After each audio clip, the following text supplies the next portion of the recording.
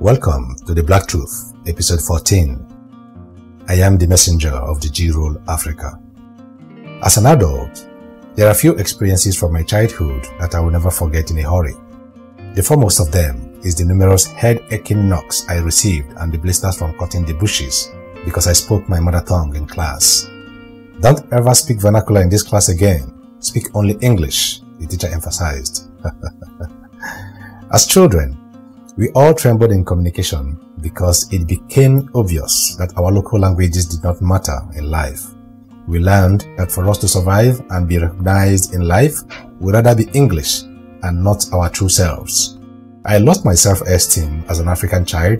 I started hating myself and disowned everything about me at that age, and I looked forward to being like my colonial masters for the African society and the world to respect me. I started hiding my accent and dressing like them. Well, I blame not the teachers or the parents or even the government and the older generations who did not realize the dangers of this practice on time.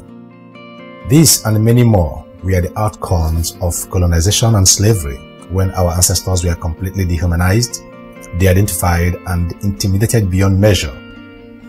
The impact of slavery was beyond physical. It included mentality, which is worse than physical slavery. If our mental strengths and visions are so preserved in the worst of physical oppression, like Nelson Mandela, your liberation is so solidly secured intact.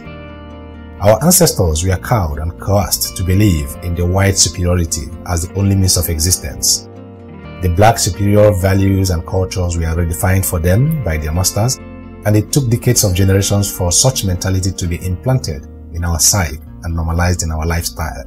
So, what are other consequences of such mental subjugations or slavery in our society today, in addition to my childhood experience in school?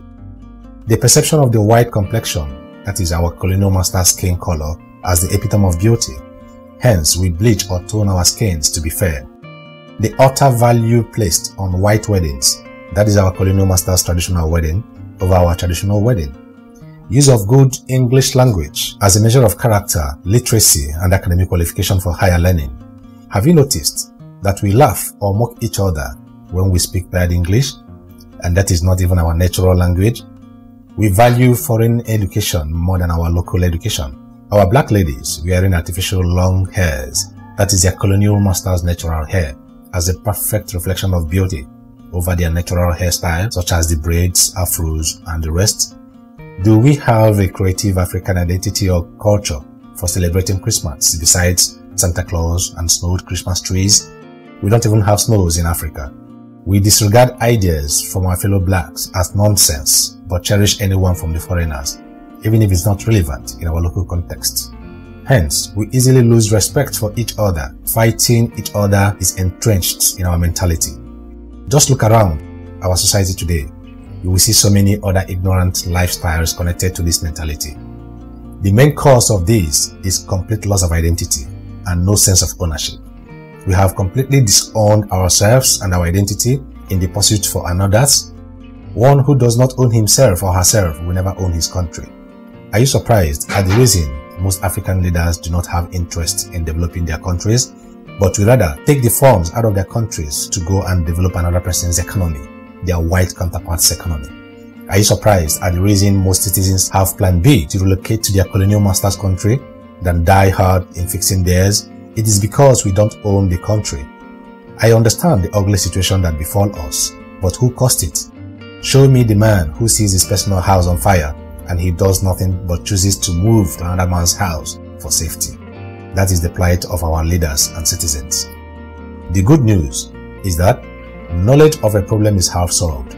I do not blame anybody at all for this, not even the current generation of the Western countries, who are also thriving on the benefits of the seeds sown by their ancestors. They are groomed from foundation to own, be proud, and die for their countries with high self-esteem. So, I will tell them congratulations and welcome them in peace. They are not our enemies. There are many good white brothers out there, so we are not in competition with the West or the whites. So the real question is, now that we know, what are we doing to rewrite our history and hand over a reformed foundation and legacy built in the true African spirit of love and communalism to our children? What are you doing as a person listening to me right now to be part of the solution of this root problem? Do you prefer to allow your children and future generations continue to be enslaved mentally to the future generations of the colonial masters? You are truly liberated the day you find true answers to these questions. Welcome to the Black Truth.